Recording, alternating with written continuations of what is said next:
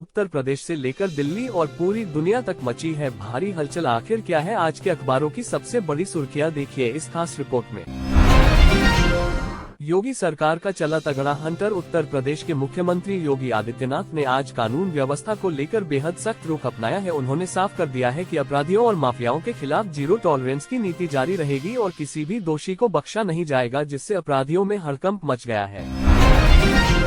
पश्चिमी उत्तर प्रदेश के किसानों के लिए आई बड़ी खुशखबरी। सरकार ने आज गन्ना किसानों के बकाया भुगतान को लेकर चीनी मिलों को कड़ा अल्टीमेटम जारी किया है। मुख्यमंत्री ने निर्देश दिए हैं कि 7 दिनों के भीतर किसानों का पूरा पैसा उनके बैंक खातों में पहुंच जाना चाहिए, वरना मिल मालिकों पर बड़ी कार्रवाई होगी।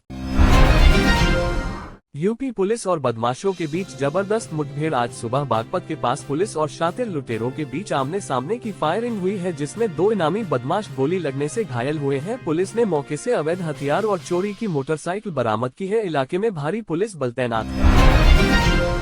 सपा अध्यक्ष अखिलेश यादव का सरकार पर तीखा हमला। आज लखनऊ में प्रेस वार्ता के दौरान अखिलेश यादव ने कहा कि उत्तर प्रदेश में महंगाई और बेरोजगारी ने आम जनता की कमर तोड़ दी है। उन्होंने सरकार पर केवल विज्ञापनों में विकास दिखाने का आरोप लगाया और आगामी चुनाव के लिए कार्यकर्ताओं को तैयार रहने को कहा।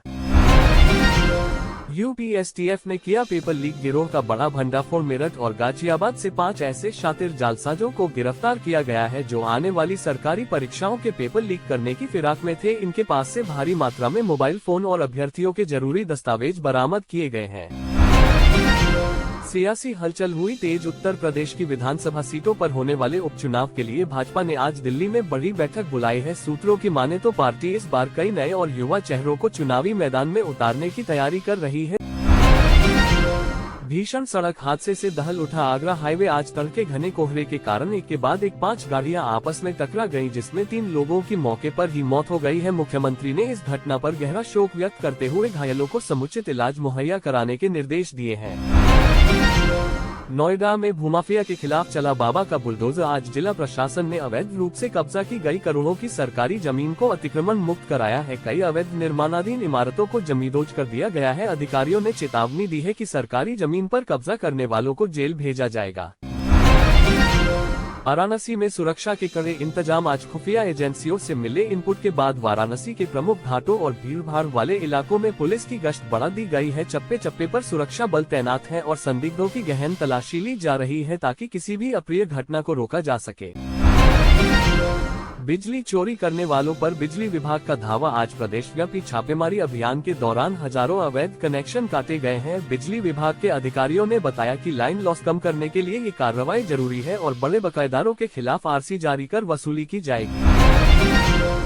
बदमाशों ने कारोबारी से लूटे लाखों रुपए। कानपुर में आज दिन दहाड़े मोटरसाइकिल सवार बदमाशों ने एक बड़े व्यापारी की आंखों में मिर्ची झोंककर पैसों से भरा बैग लूट लिया है। पुलिस सीसीटीवी फुटेज के आधार पर बदमाशों की तलाश में जुटी है और शहर के सभी निकास द्वारों पर नाकाबंदी कर दी गई है।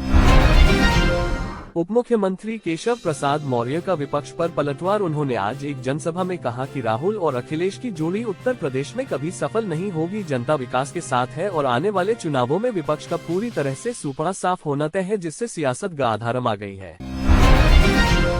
पीडब्ल्यूडी विभाग में बड़ी कार्रवाई। आज भ्रष्टाचार के आरोपों के चलते शासन ने 3 अधिशासी अभियंताओं को तत्काल प्रभाव से निलंबित कर दिया है। इन पर सड़कों के निर्माण में घटिया सामग्री इस्तेमाल करने और सरकारी धन के दुरुपयोग का गंभीर आरोप लगा है, जिसकी जांच अब विजिलेंस करेगी। किसानों को मुफ्त बिजली का मिला बड़ा तोहफा। मुख्यमंत्री योगी आदित्यनाथ ने आज घोषणा की है कि नलकूप चलाने वाले किसानों को अब बिजली बिल की चिंता करने की जरूरत नहीं है। सरकार ने इस योजना के लिए बजट में भारी भरकम राशि आवंटित की है, जिससे किसानों के चेहरे खिल उठे हैं। राहुल गांधी ने सरकार को घेरा। आज असम की रैली में राहुल गांधी ने केंद्र सरकार पर जमकर निशाना साधते हुए कहा कि देश में केवल 2-4 उद्योगपतियों की सरकार चल रही है। राहुल ने आरोप लगाया कि युवाओं को रोजगार देने के बजाय सरकार केवल हिंदू मुस्लिम की राजनीति कर रही है। पश्चिम बंगाल की मुख्यमंत्री ममता बनर्जी का बड़ा ऐलान। आज कोलकाता में आयोजित एक रैली में ममता ने कहा कि वह केंद्र के आगे कभी नहीं झुकेंगी। उन्होंने राज्य के फंड रोके जाने के विरोध में दिल्ली में धरना देने की चेतावनी दी है। ममता के इस तेवर से सियासी पारा चढ़ गया है। असदुद्दीन ओवैसी ने उठाए सुरक्षा पर सवाल। आज हैदराबाद में एक जनसभा को संबोधित करते हुए ओवैसी ने कहा कि देश में अल्पसंख्यकों के साथ भेदभाव हो रहा है। उन्होंने मॉब लिंचिंग की घटनाओं पर सरकार की चुप्पी पर सवाल उठाते हुए इसे लोकतंत्र के लिए बड़ा खतरा करार दिया है। रूस और यूक्रेन युद्ध ने धारण किया विकराल रूप। आज रूस ने यूक्रेन के कई बड़े शहरों पर मिसाइलों से ताबड़तोड़ हमले किए हैं, जिसमें भारी तबाही और जानमाल के नुकसान की खबर है। अंतर्राष्ट्रीय समुदाय ने इस हमले की निंदा की है, लेकिन युद्ध थमने के आसार नजर नहीं आ रहे हैं। देश की राजधानी दिल्ली में सनसनीखेज वारदात। आज सुबह एक पार्क में युवती का शव मिलने से पूरे इलाके में हड़कंप मच गया है। पुलिस को शुरुआती जांच में हत्या का मामला लग रहा है और फॉरेंसिक टीम मौके से सबूत जुटा रही है। आरोपियों को पकड़ने के लिए कई टीमें बनाई गई हैं।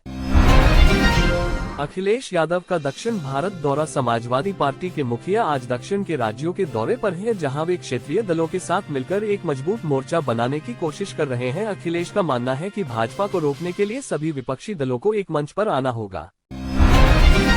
मध्य पूर्व में युद्ध की आहट। ईरान और इजरायल के बीच तनाव अपने चरम पर पहुंच गया है। आज ईरान ने अपनी सीमा पर मिसाइलों की तैनाती बढ़ा दी है, जिससे वैश्विक स्तर पर युद्ध का खतरा मंडराने लगा है। कई देशों ने अपने नागरिकों को वहां से निकलने की सलाह दी है। मुंबई एयरपोर्ट पर करोड़ों का सोना जब्त। आज कस्टम विभाग ने बड़ी कार्रवाई करते हुए 3 तस्करों को गिरफ्तार किया है, जो अपने जूतों और कपड़ों में छिपाकर करीब 10 किलो सोना भारत ला रहे थे। पकड़े गए सोने की कीमत अंतर्राष्ट्रीय बाजार में करोड़ों रुपए बताई जा रही है। राहुल गांधी की न्याय यात्रा में भारी भीड़। आज राहुल गांधी की यात्रा जिस भी जिले से गुजरी, वहां समर्थकों का सैलाब उमड़ पड़ा। राहुल ने लोगों से हाथ मिलाया और उनकी समस्याएं सुनी। कांग्रेस नेताओं का दावा है कि यह यात्रा देश की राजनीति में बड़ा बदलाव लाने वाली साबित होगी। ममता बनर्जी का मास्टर स्ट्रोक। आज पश्चिम बंगाल सरकार ने महिलाओं के लिए एक नई वित्तीय सहायता योजना शुरू की है, जिसके तहत सीधे बैंक खातों में पैसे भेजे जाएंगे। इस योजना को आगामी चुनावों से जोड़कर देखा जा रहा है, जिससे ममता की लोकप्रियता और बढ़ने की संभावना है। ओवैसी का सीमांचल में बड़ा दौरा। असदुद्दीन ओवैसी आज बिहार के सीमांचल इलाके में जनसभाएं कर रहे हैं। उन्होंने क्षेत्रीय विकास के मुद्दे पर बड़ी पार्टियों को नाकाम बताया है। ओवैसी के इस दौरे से मुस्लिम वोट बैंक में बड़ी सेंध लगने की उम्मीद जताई जा रही है। चीन की नई साजिश का पर्दाफाश। भारतीय सैटेलाइट तस्वीरों से खुलासा हुआ है कि चीन लद्दाख सीमा के पास नए बंकर और हवाई पट्टियां बना रहा है। भारतीय सेना ने भी जवाब में अपनी मोर्चाबंदी मजबूत कर दी है और चप्पे चप्पे पर निगरानी बढ़ा दी गई है, ताकि कोई घुसपैठ न हो सके। बैंक में दिनदहाड़े बड़ी डकैती। आज बिहार के एक निजी बैंक में नकाबपोश बदमाशों ने घुसकर हथियार के बल पर करीब 50 लाख रुपए लूट लिए। बदमाशों ने विरोध करने पर बैंक गार्ड को घायल कर दिया और फरार हो गए। पुलिस अब सीसीटीवी के आधार पर उनकी तलाश कर रही है। सोने और चांदी के दामों में भारी उछाल। वैश्विक अनिश्चितता और युद्ध के हालातों के चलते आज सोने की कीमतों ने सारे पुराने रिकॉर्ड तोड़ दिए हैं। मध्यम वर्ग के लिए अब जेवर खरीदना मुश्किल होता जा रहा है। निवेशकों ने सुरक्षा के लिहाज से सोने में निवेश बढ़ा दिया है। शेयर बाजार में आज जबरदस्त गिरावट देखने को मिली है। अंतर्राष्ट्रीय बाजारों से मिले खराब संकेतों और युद्ध की खबरों के चलते सेंसेक्स और निफ्टी में भारी बिकवाली हुई, जिससे निवेशकों के लाखों करोड़ रुपए डूब गए हैं। बाजार विशेषज्ञों ने अभी और उतार चढ़ाव की चेतावनी दी है।